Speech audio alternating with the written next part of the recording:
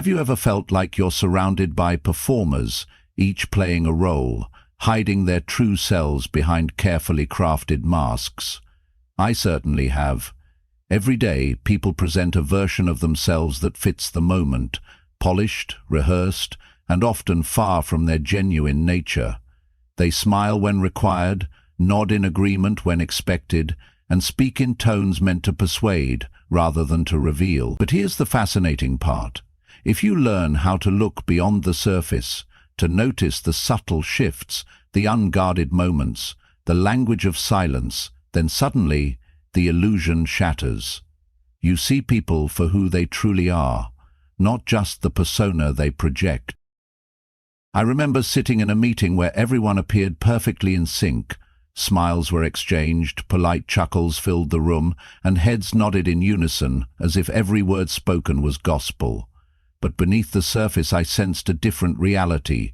It wasn't in their words, but in their pauses, in the way their feet pointed toward the exit, in the fleeting expressions they thought no one noticed. The tension was there, hidden in plain sight. At that moment I realized something profound. Once you understand the unspoken cues, once you grasp the art of reading between the lines, you'll never look at people the same way again. This ability isn't about mind games or manipulation. It's about clarity. It's about understanding human nature as it is, not as we wish it to be. The world is full of people who conceal their true intentions, whether out of fear, habit, or strategy. But those who can observe without judgment, those who can listen without rushing to respond, will always have the advantage. Not an advantage to deceive or control, but one of awareness. An awareness that allows you to navigate relationships, conversations, and even conflicts with wisdom and composure. If you're ready to sharpen this skill, to see beyond the words people say and into the truth they reveal without realizing it, then let's begin. Here are the key techniques that will allow you to decode human behavior effortlessly without anyone ever suspecting a thing.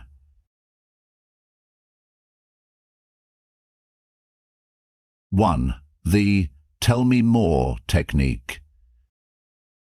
Imagine possessing a superpower, not one that involves capes or flying, but one that allows you to effortlessly unlock the hidden thoughts, motivations, and emotions of those around you. A technique so simple, yet so effective, that no one even realizes you're using it.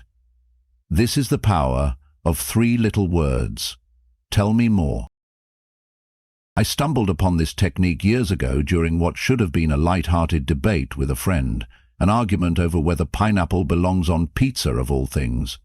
I was fully prepared to counter every argument they threw at me, armed with logical reasoning and a touch of sarcasm. But just as I was about to fire back, something shifted in me. Instead of debating, I simply smiled and said, "Tell me more." What happened next was nothing short of extraordinary. My friend, initially poised for an argument, let his guard down. What started as a playful dispute about pizza toppings transformed into something deeper. He started sharing childhood memories of family dinners, talking about the foods he loved and the traditions that shaped his tastes. Before I knew it, he was recounting a personal story about why he had disliked pineapple since he was a kid. Suddenly, it wasn't just about pizza anymore. It was about nostalgia, personal history, and emotions tied to something far greater than a slice of food. The psychology behind "Tell me more." Here's the hidden power behind this technique. When people feel truly heard, they lower their defenses. In everyday conversations, most individuals are constantly preparing their next statement, waiting for their turn to talk, rather than truly listening. But when you give someone space to express themselves, without interruption, without immediate counter-arguments, you create an environment where they feel safe enough to reveal more than they intended. When people don't feel the need to defend themselves, they naturally start talking. And in doing so, they expose far more than they realize. Their motivations, their fears, their insecurities, and even their deepest hopes start pouring out, all because you made them feel like their words mattered. It's in those moments, when they aren't consciously trying to protect or guard themselves, that you see them for who they really are. I've used this technique in negotiations, in friendships, and even in situations where I suspected someone wasn't being entirely truthful. In one business meeting, for example, the other party was being vague, dancing around the specifics of a deal. Instead of pushing my agenda, I simply kept responding with variations of, "Tell me more." By the end of the conversation, they had unknowingly revealed their entire strategy, why they were in desperate need of closing the deal, what their limitations were, and even how much flexibility they had. They practically handed me the keys to their kingdom, all because I gave them the space to keep talking. At times, it almost feels too easy, but the truth is, this isn't about trickery or manipulation. It's about understanding people at a level most never take the time to reach. More than just a conversational trick. Many people assume that reading others is about catching lies or detecting deception. But real mastery of human interaction isn't about proving someone wrong. It's about connection. In a world where everyone is in a hurry to speak but slow to listen, asking, "Tell me more," is an act of patience, curiosity, and even wisdom. This technique forces you to step outside of your own ego. Instead of thinking about what you'll say next or how to steer the conversation in your favor, you fully invest in understanding the other person. You detach from your need to be right, to impress, or to control the outcome, and instead you adopt a mindset of pure observation. This aligns perfectly with one of the fundamental principles of Stoicism, empathy without attachment. The Stoics teach us to observe without judgment, to listen without the need to control, and to engage without being consumed by the emotions of the moment. "Tell me more" is the embodiment of that philosophy in action. It allows you to uncover truths not by force, but by presence, by offering someone the rare and invaluable gift of truly being heard. Seeing beyond the surface. Once you start using this approach, you'll begin to notice patterns in people's responses, the words they choose, the memories they recall, the way their tone shifts when discussing certain topics. These details become like puzzle pieces, giving you a clearer picture of their inner world. You'll also start to see just how often people say things they don't fully mean. Many times, what someone first shares isn't the real story. It's the surface-level version, the one that feels safe and socially acceptable. But if you gently encourage them to keep going, they'll eventually venture deeper, exposing layers they hadn't even intended to share. A friend once told me that he didn't care about his job, that he was just there for the paycheck and had no real attachment to the work. Instead of taking that at face value, I simply said, "Tell me more." What followed was a long discussion where he admitted that he actually loved his field, but past failures and disappointments had made him too afraid to fully invest in it. His detachment was just a defense mechanism, a way to shield himself from potential disappointment. That was the real story, not the one he started with. How to use this in everyday life. The beauty of this technique is that it applies to any situation. Whether you're speaking with a close friend, a colleague, or even a stranger, the next time you're in a conversation and someone expresses a strong opinion, a frustration, or even an excitement about something, resist the urge to immediately respond with your own thoughts. Instead, take a breath, look them in the eye and say, "Tell me more." Watch what happens. Observe their body language. Notice the shift in their voice, the change in their expression. Listen to not just their words, but the emotion behind them. The more they speak, the more they reveal, and the deeper your understanding becomes. At its core, this technique is not just about gaining insight into others, it's about fostering genuine human connection. When you listen to someone with real presence, you're showing them that they matter, that their thoughts and feelings are valued. And in a world where true listening is rare, this is a gift that few ever receive. So the next time you want to understand someone, Not just hear them, but truly understand them, remember these three simple words: tell me more. You might be surprised by just how much they reveal. 2. Watch how they treat people in a lesser position. If you truly want to understand a person's character, don't focus on how they treat you. Watch how they treat those they believe are beneath them. This is where the truth reveals itself, stripped of pretense and social obligation.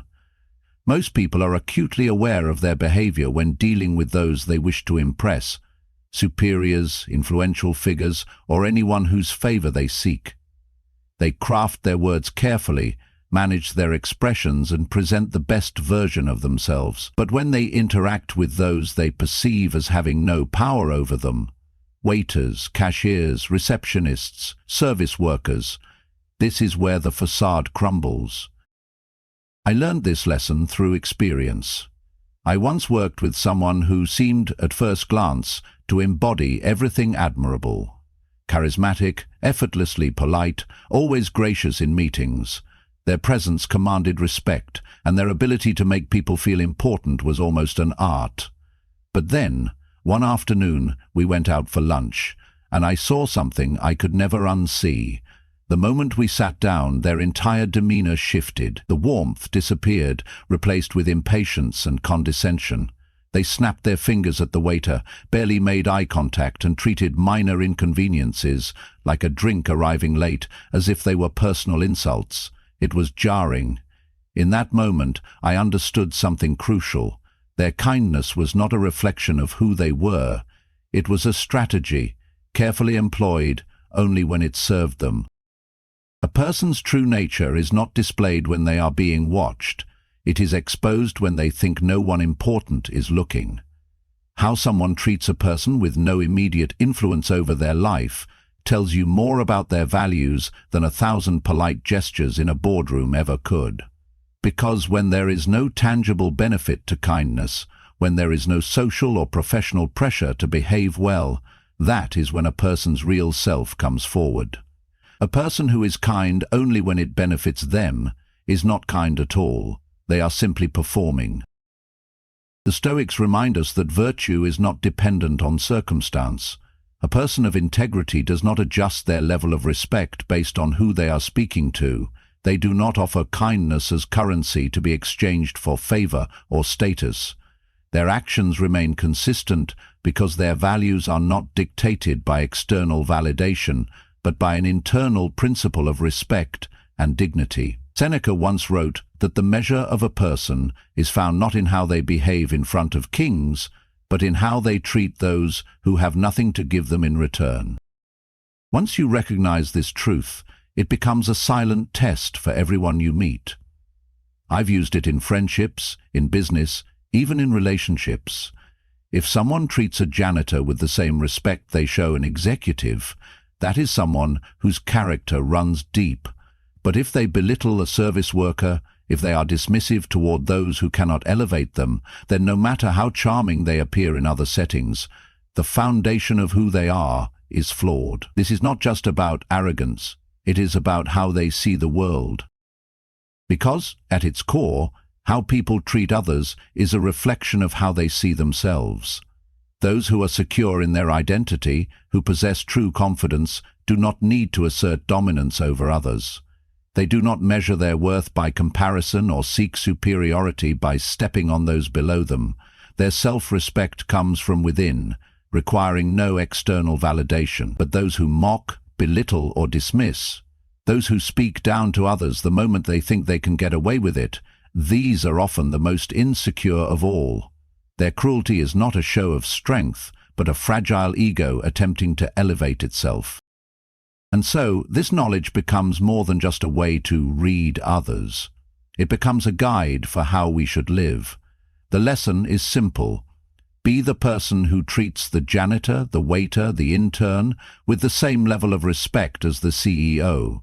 Carry yourself with dignity, not because the world is watching, but because that is who you are. A Stoic does not behave well for applause. They do it because virtue is its own reward. So pay attention. Observe in silence. See people not for who they present themselves to be, but for who they are when they think no one is looking. That is the only version of them that truly matters. 3. Their past is the key to their present. If you want to truly understand someone, don't just look at who they are today, look at where they've been. People often say that the past is behind us, that we should leave it there and move forward. But the reality is, no one truly leaves their past behind. It lingers in the way they think, in the way they react, in the choices they make, without even realizing it. Their experiences, both good and bad, are like an invisible thread woven into the fabric of their personality, shaping how they behave in the present moment. It's an uncomfortable truth, because it challenges the idea that people are completely in control of who they are.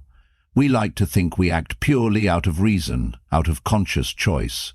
But more often than not, we are simply responding to echoes from our past. A person who grew up in an environment where love was conditional may develop a deep need for validation as an adult, constantly seeking approval in relationships or the workplace. Someone who once faced betrayal may struggle with trust long after the person who hurt them is gone. A person who was told they were never good enough may carry that insecurity into every interaction, second-guessing themselves even when there is no reason to.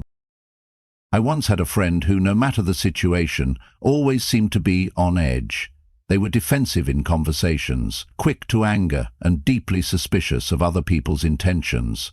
At first I assumed it was just their personality. Some people are simply wired to be more cautious.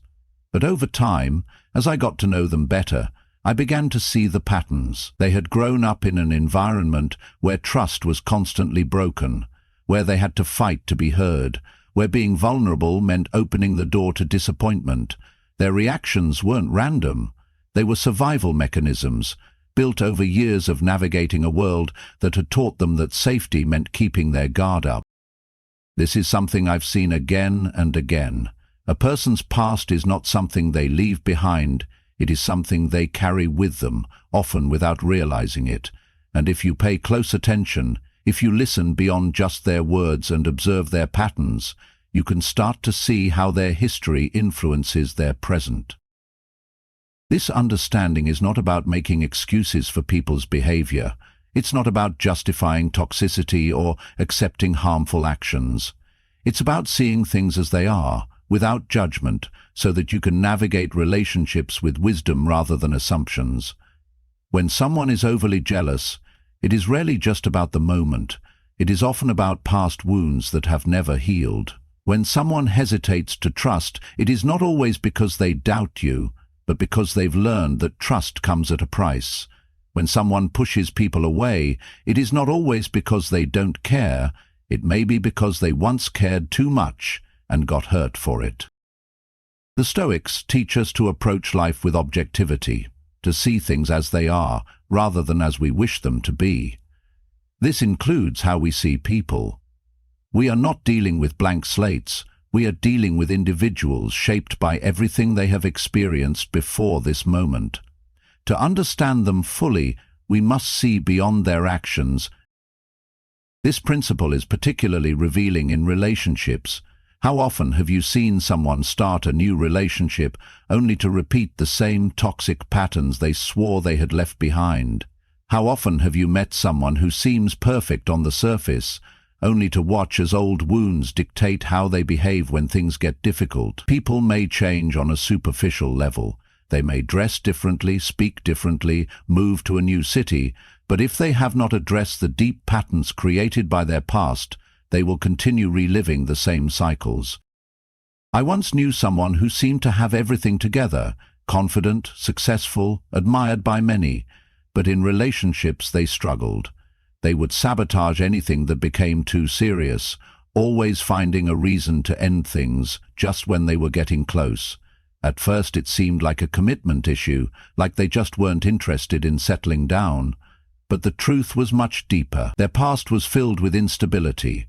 Parents who divorced when they were young, relationships that had ended suddenly without closure. Subconsciously, they had learned that closeness leads to loss, so they would create the loss themselves before it could happen to them. Their past had programmed them to believe that security was an illusion, and as a result, they destroyed any chance of it before they could be hurt again.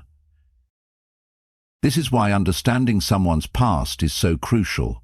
It allows you to see not just their actions, but the reasons behind those actions. It helps you recognize when someone is reacting to old wounds rather than the present moment.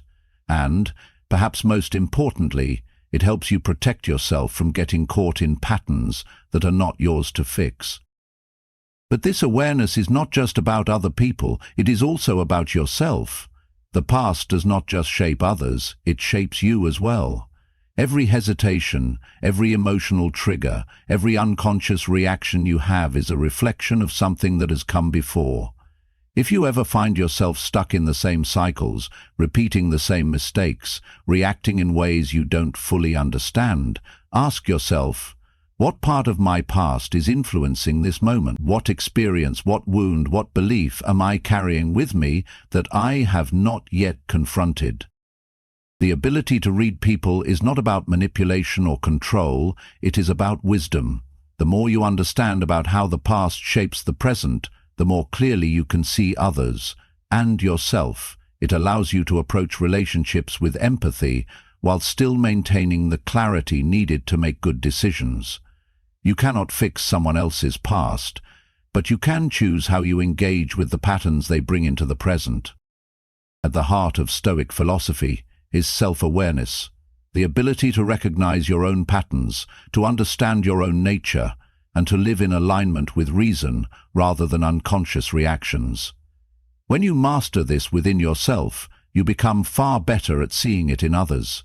You begin to recognize that people are not simply acting in the present, they are reliving experiences that have shaped them. And with that knowledge, you gain the power to navigate the world, not with judgment, but with understanding. So the next time you find yourself trying to make sense of someone's behavior, don't just ask who they are today. Ask where they have been, because their past is not just behind them, it is woven into everything they do, and if you pay attention, it will tell you more than their words ever could. 4. Sudden changes in tone signal, lies or hesitation. If there is one subtle yet powerful giveaway that someone is lying or hiding something, it's the sudden change in their tone of voice. Most people think deception is about words, choosing the right phrases, avoiding contradictions, or keeping a straight face. But in reality, the body betrays the mind in ways most people aren't even aware of, and the voice is one of the biggest reveals. When people speak naturally, their tone is steady, their pace is fluid, and their words flow without effort. But when they're lying, hesitating, or feeling internally conflicted, something shifts. The rhythm of their speech might change, their voice may become higher or lower. They might suddenly pause before answering or start speaking faster, as if trying to outrun their own discomfort. It's subtle, often barely perceptible, but once you start paying attention, it's unmistakable. I once worked with someone who was a master at smooth talking. He always knew the right thing to say, always sounded confident, and had a natural charisma that made people trust him. But one day, while discussing a project deadline, I caught something that changed how I saw him. His usual upbeat, self-assured voice suddenly dipped. He slowed down, hesitated just slightly, and his words came out less fluid than usual. It wasn't obvious. Most people in the room wouldn't have even noticed, but I knew right away that something was off. Sure enough, he hadn't made any progress on the project. He was scrambling to come up with an answer that would buy him more time, and his voice had given it away before his words ever could. This happens all the time, in both small and big ways. Someone might be enthusiastically telling a story, but when you ask them a direct question they weren't prepared for, their voice changes. Maybe it drops in energy. Maybe it becomes overly forced. Maybe they pause a fraction of a second too long before answering. It's their subconscious sending a distress signal, a moment of hesitation that their words might not reveal, but their tone does. The reason this happens is simple. When people lie or feel uncomfortable, their body and mind go into conflict. Their brain is trying to maintain the illusion, but their nervous system is reacting to the stress of deception. That stress manifests in their voice. Some people's pitch rises slightly when they're nervous, while others become more monotone, as if detaching from their own words. Some start speaking too quickly, rushing to fill the silence, while others slow down, trying to carefully measure what they say. Think about the last time you caught someone in a lie. What did their voice sound like? Did they suddenly get quieter? Did their usual confidence disappear? Did they start over-explaining, giving unnecessary details? These are all telltale signs that something isn't quite right. Even if the words seem logical, the tone betrays them. But this isn't just about catching people in lies. It's also about understanding hesitation, uncertainty, and inner conflict. Sometimes, a sudden shift in tone doesn't mean someone is being dishonest. It means they're unsure of what they're saying, or struggling with something internally. I had a friend who was always enthusiastic about making plans. Whenever we talked about a trip or an event, she'd get excited, nodding eagerly, saying how much fun it would be. But I noticed something interesting. Whenever I suggested something she wasn't really interested in, her tone would change instantly. The energy would drop, her words would come out just a little slower, and her enthusiasm, though still there, felt less genuine. That was always my clue that she wasn't actually on board, even if she didn't outright say no. This happens in negotiations, relationships, and even casual conversations. You might be discussing an idea with a co-worker, and suddenly their tone shifts, not in disagreement, but in hesitation. That moment of change is your signal that something isn't aligning with them. Maybe they have doubts they aren't expressing. Maybe they don't fully agree but don't want to challenge you directly. Maybe they're holding back information. Whatever the reason, their voice has revealed more than their words ever could. And here's where the Stoic perspective becomes essential. Stoicism teaches us to observe without judgment, to see things as they are, not as we want them to be. People don't always lie to deceive others. Sometimes they lie to themselves. They might be trying to avoid conflict, protect their ego, or convince themselves of something they don't fully believe. When their tone shifts, it's not just a clue that they're hiding something. It's often a sign that they're wrestling with their own truth. We've all been in situations where we've said something we didn't fully believe, and if we paid attention, we probably noticed that our own voice gave us away. Maybe we agreed to something we didn't actually want to do, and our tone became just a little too forced. Maybe we reassured someone about a decision we weren't truly confident in, and our voice betrayed our doubt. This is why Stoicism emphasizes internal alignment. When our thoughts, words, and actions are in harmony, there is no hesitation, no forced confidence, no subtle shifts in tone. But when they aren't aligned, it shows, often in ways we can't control. So the next time you're in a conversation, listen carefully, not just to the words, but to how they are being said. When someone suddenly becomes more rigid, more hesitant, or overly animated, ask yourself, what are they holding back? What are they unsure of? What truth are they struggling with? This skill is invaluable. It helps in negotiations, in relationships, in everyday interactions. It allows you to detect when someone isn't telling you the full story, not by confronting them aggressively, but by understanding what their subconscious is already revealing. And once you develop this awareness, you'll realize that people are always telling you the truth, even when they don't mean to. You just have to listen. 5. The most honest moments are when they think no one's watching. If you want to know who someone truly is at their core, don't watch how they behave when the spotlight is on them. Watch what they do when they believe no one is paying attention. These are the moments when the masks slip, when social performances fade away, and when a person's real character is revealed. Many people like to believe that their public persona, the way they act around colleagues, friends, or in social settings, is a reflection of who they are. But in reality, most people craft their image carefully, adjusting their behavior to fit the expectations of the situation. They smile when needed, speak politely when required, and perform gestures of kindness when it benefits them. However, it's not these moments that reveal the truth about a person, it's the unguarded ones. I once worked with a manager who, in every meeting, radiated professionalism. She was composed, respectful, and always made sure to acknowledge her team's contributions in front of higher-ups. She knew exactly how to present herself as a leader, how to make people feel like she valued them. But the moment those in power left the room, her entire demeanor changed. She became sharp, dismissive, and impatient. She would cut people off mid-sentence, criticize without reason, and treat her subordinates as if they were beneath her. It was like watching two entirely different people. In public, she was the picture of leadership. In private, she was the opposite. This is not an isolated case. It happens everywhere. At work, in friendships, in relationships. People adjust their behavior based on who is watching, playing the role that serves them best in any given moment. But the second they believe no one is observing, they revert to their natural state. This is why small, unnoticed actions often tell you more about someone than any grand gesture ever could. How do they treat a stranger when there's no social pressure to be kind? How do they behave in moments of frustration when they think no one is paying attention?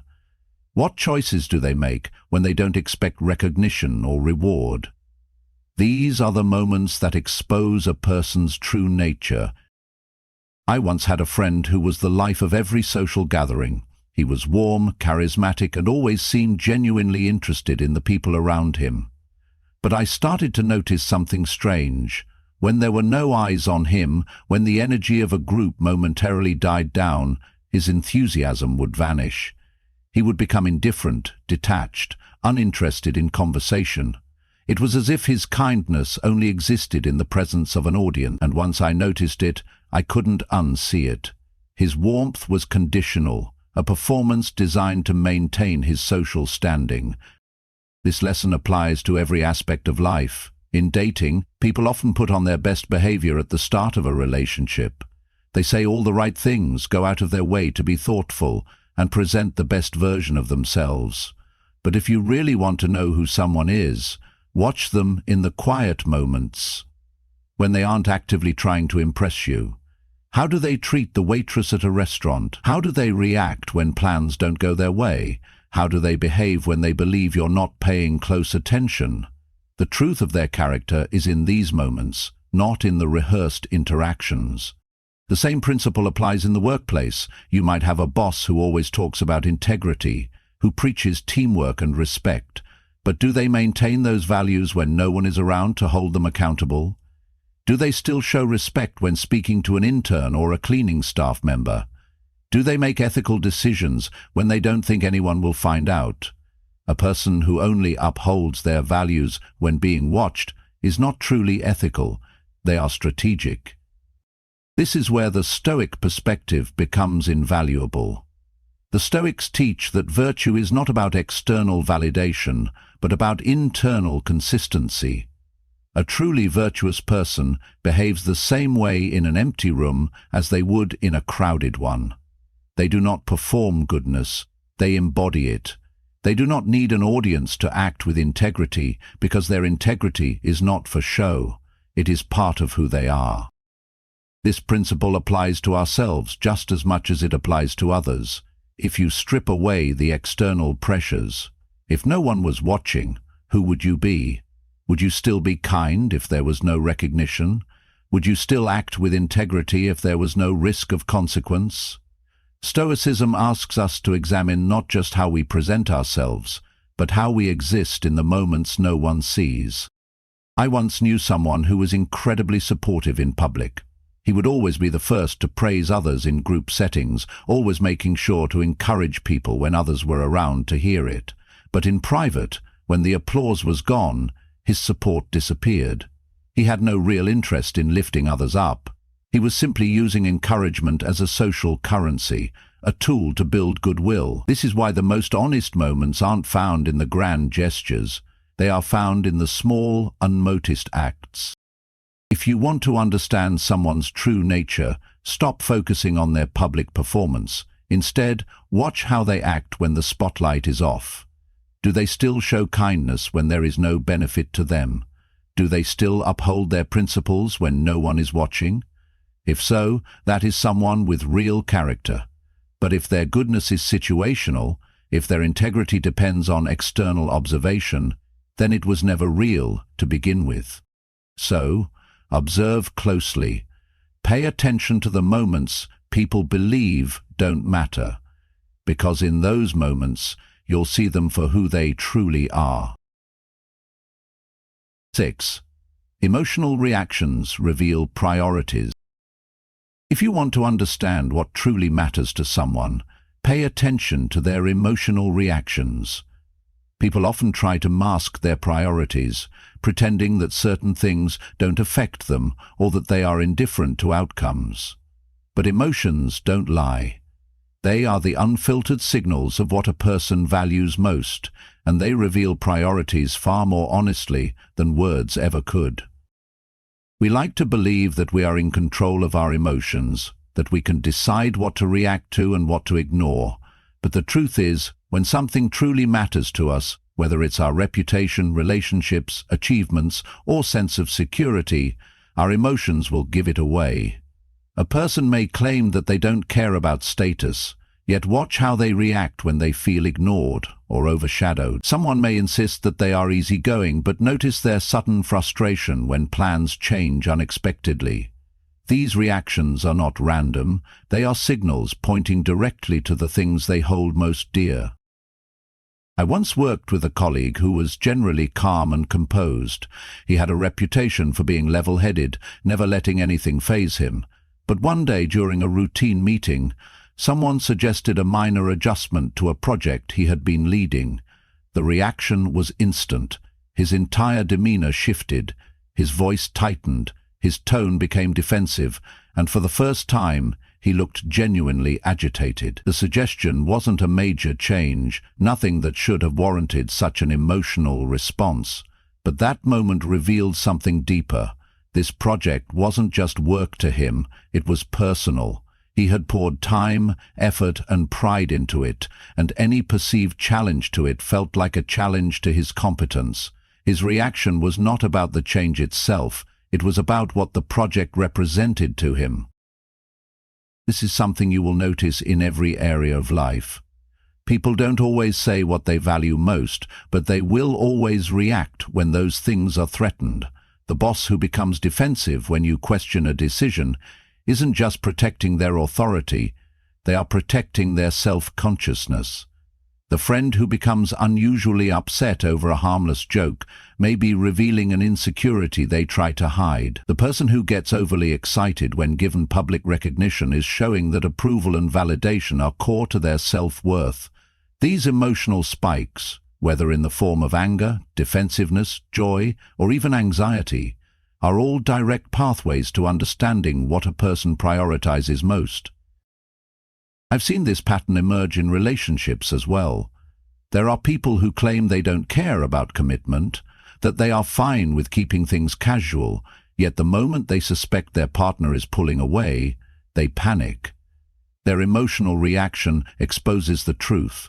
They do care deeply, but admitting it would make them vulnerable. Likewise, there are those who act indifferent toward money, pretending it holds no importance to them. Yet watch how they react when faced with unexpected expenses or financial uncertainty. If they experience stress or frustration, that is a clear indicator that financial security is a priority for them, even if they don't say it outright. Understanding this dynamic allows you to read people in a way they themselves may not even be aware of. Many people are not fully conscious of their own emotional patterns, believing their reactions are merely situational rather than deeply tied to their values. But the Stoic approach is to observe human behavior objectively, to see beyond what is said and into what is revealed through action. This understanding is not just useful for reading others, it is essential for understanding yourself. Your own emotional reactions are constantly providing you with information about what you truly value, whether you realize it or not. The next time you find yourself feeling defensive, frustrated, or overly excited about something, take a step back and ask yourself, why am I reacting this way? Is it because my ego feels threatened? Is it because I fear losing control? Is it because I am deeply invested in this outcome? Marcus Aurelius often wrote about the importance of examining our emotions rather than being controlled by them. He believed that by understanding the root of our reactions, we could free ourselves from unnecessary suffering. If you become angry at criticism, it may be because your self-worth is tied to the approval of others. If you feel anxious when plans change, it may be because certainty and stability are core priorities for you. These insights are invaluable because once you recognize them, you can begin to take control rather than being blindly driven by them. This is also why Stoicism emphasizes emotional discipline, not because emotions are bad, but because they are powerful indicators of what is truly driving us. A Stoic does not seek to eliminate emotion, but to understand it, to use it as a tool for self-awareness rather than allowing it to dictate their actions unconsciously. The same applies when reading others. By noticing when and how someone's emotions flare up, you gain insight into their deepest concerns, motivations, and values, sometimes even before they realize themselves. The next time you want to understand someone, don't just listen to what they say, watch how they react. Pay attention to what makes them light up with enthusiasm, what makes them visibly uncomfortable, what makes them tense up in a conversation. These are the moments where the mask drops, where you glimpse the unfiltered version of them. People can control their words, they can craft an image, choose their phrasing carefully, and present themselves in whatever way they wish. But emotions, those are raw, those are real, and if you know how to read them, they will tell you everything you need to know.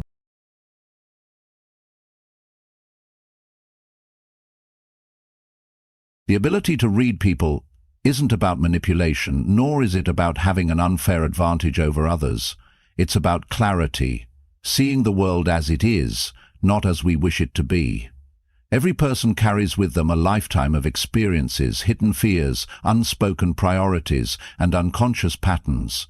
And if you pay close attention, if you learn to listen beyond words, to observe beyond appearances, you will begin to see these truths revealed in real time. You don't need supernatural intuition to understand people. The signs are always there, in their reactions, in their hesitations, in the way they treat those they believe are beneath them, in the sudden shifts in their tone when they speak. People may not always say what they mean, but they always show it. Their emotions betray their priorities, their past shapes their present, their most authentic selves appear in the moments when they think no one is watching. The power in all of this is not just in understanding others, it is in understanding yourself. Just as you observe the patterns in those around you, take time to reflect on your own. What do your emotional reactions reveal about what truly matters to you? Where do your insecurities hide? When do you find yourself performing rather than being genuine? The better you understand yourself, the better you will understand others. Stoicism teaches us to approach life with wisdom, patience, and observation. The more you master the art of reading people, the more you realize that true insight doesn't come from trying to change others. It comes from seeing them as they are. And with that understanding, you gain something far greater than an advantage in social interactions. You gain the ability to navigate life with clarity, authenticity, and unwavering confidence. So the next time you find yourself in a conversation, slow down, watch, listen, observe the small details. And remember, the truth about people is never in what they tell you, it's in what they unknowingly reveal.